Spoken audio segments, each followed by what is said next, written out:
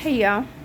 So I'm home and finally sat down. It's 11:13. I stopped at the Dollar Tree on my way home and picked up some stuff. Anyhow, I got to tell you what happened. I'm not even halfway home and my phone rings. I didn't see a name, but it was a local number, so I thought, well, I'll answer it. I answer it. It's the owner from the flea market. She started yelling at me, and I said, whoa, whoa, whoa, whoa, whoa, what's going on? She says, well, the lady that rented your booth with the dogs. I said, yeah, the dogs that aren't supposed to be there. What about it? She said you stole her folders. She says, what did you do with them? And I said, what do you mean I stole her folder? What are you talking about? She came up here raising hell and said that you stole. I said, first of all,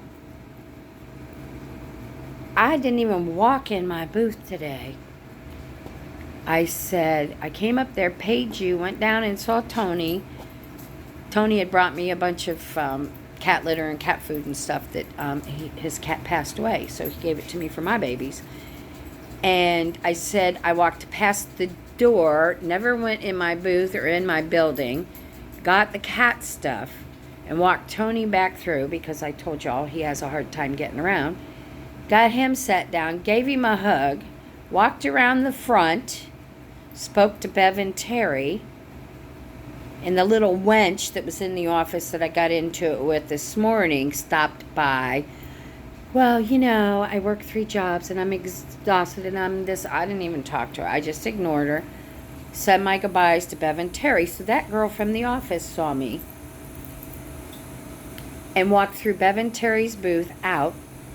The people that accused me of stealing their folder were out there backing their car in to bring the dogs in. And I said to her husband, I said, before she gets out, let me see if she left me enough room to get through because she was squeezing in there tight. And he says, yes, ma'am, she did. And I said, thank you. And I got my car and left. That was all I did. I get halfway home and the missus is on the phone accusing. I said, are you kidding me?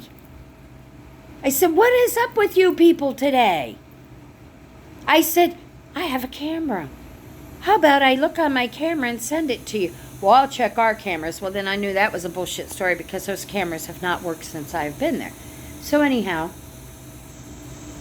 I said, well, I'm going to tell you right now, I didn't touch anything.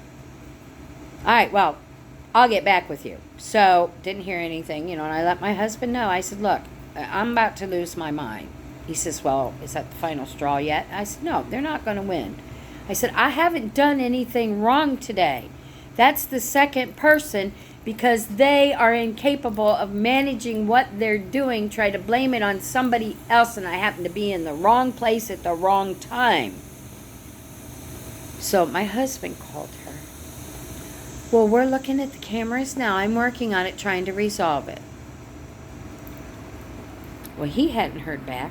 I hadn't heard back. Tony called me. He says, Beck, I'm calling to let you know, honey, that the problem's been solved. Really. He says, yeah, when she went to pay for the booth, she left her paperwork in the office on the counter. I said, really? I said, so I got accused of stealing it. It's laying on the counter right there where I know it would be because we all stand it in the same spot at the counter when we go to pay. And they didn't fucking see it, and they called me and accused me of stealing. He says, well, I know you didn't. He said, you gave me a hug when you went out. You didn't have anything in your hands. I said, exactly. And the girl from the office saw me. She tried to tell me how tired she was. I'm standing in the middle of the aisle. I went right past Bev through their booth and left. Walked past those people when I left. And I said to him, before she gets out of the car, did she leave me enough room to get through? He said, yes, ma'am, she did. I said, thank you. I stopped and spoke to him. Anyhow, Tony says, no. He says, and the husband's standing right here and wanted me to tell you that he's very sorry. And I said, yeah, that's fine. Tell him I accept his apology. Well, then the wife took the phone and got on the phone and couldn't tell me she was sorry enough. and that she'll take good care of my booth, that she's got a cover, she's doing this, that she's a licensed breeder. She told me the name of who, and I said, you really don't need to go to all this. I said, but next time, before you accuse somebody of doing something, take responsibility for what you've done. I said, because I had to listen to bullshit and get accused of stealing and pretty much insinuated I was lying about that by the owner. I said, it doesn't leave a real good taste in my mouth. She said, I'm so sorry. She says, I beg for your forgiveness. I said, no, I forgive you. I said, and when I see you again, I will speak to you accordingly. I said, it just was a bunch of shit because nobody wanted to stop and look around.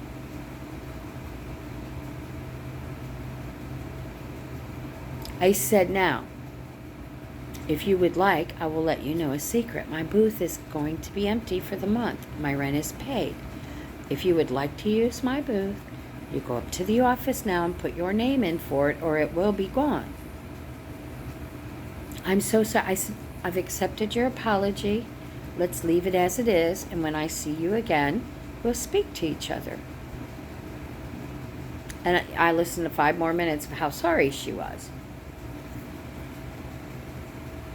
And Tony, bless his heart, he got back on the phone. He says, I said, Tony, you're an angel. I said, you're an absolute angel. Thank you for letting me know. I said, because nobody else would have let me know. I would have been all upset about this and aggravated and would have eaten at me because I know I didn't do anything wrong. I said, but that's twice in one day from the idiots in that office. So anyhow, it was sweet. When I was talking to Tony, I was in the Dollar Tree. I was trying to be quiet, but I know my voice carries, and I'm not going to say anything, that is wrong, or I don't care if anybody else hears what I say. Anyhow, a gentleman worked there, and I asked him, I said, do you have any more of these hooks? I only found one. And he said, no, that was summer stock, blah, blah. I said, okay. And he says, ma'am. And I said, yeah. He says, I heard a little bit of your conversation. He says, you know what? He says, you're not at fault. He says, you know what it is? He says, it's the devil in them people, and they're coming after you.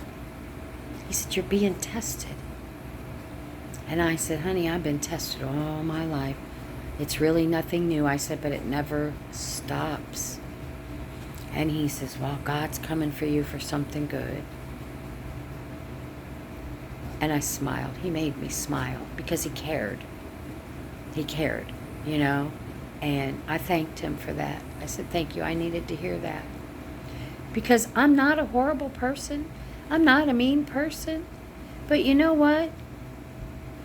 I don't know if it's totally to blame it on people and their attitudes of this day and age. I can't say that because there's so many good people out there. But they look at you and they automatically blame you or think you're horrible, or, if you don't drop what you're doing this second and give them your attention, you're the bad guy.